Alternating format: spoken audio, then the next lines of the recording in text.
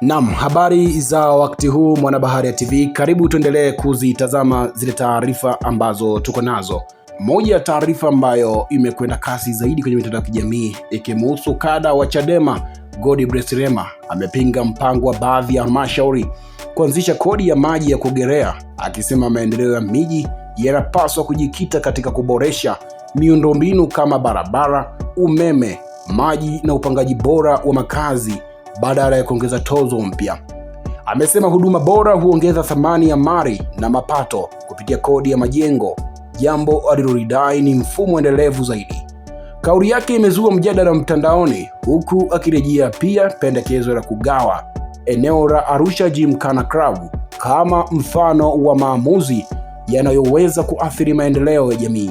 Bado pia kuna maoni ya watu mitandaoni humo ambayo wameendelea kuyatuma kufuatia kauli ya Godbless Lema, ambayo imeibua maoni tofauti kutoka kwa wananchi katika maeneo mbalimbali nchini. Namuona huyu hapa Juma Mwakaringa wa Mbeya, Tanzania, anasema namuunga mkono Lema, halmashauri ziboreshe barabara na maji kwanza, thamani ya nyumba itaongezeka yenyewe na kodi itaingia.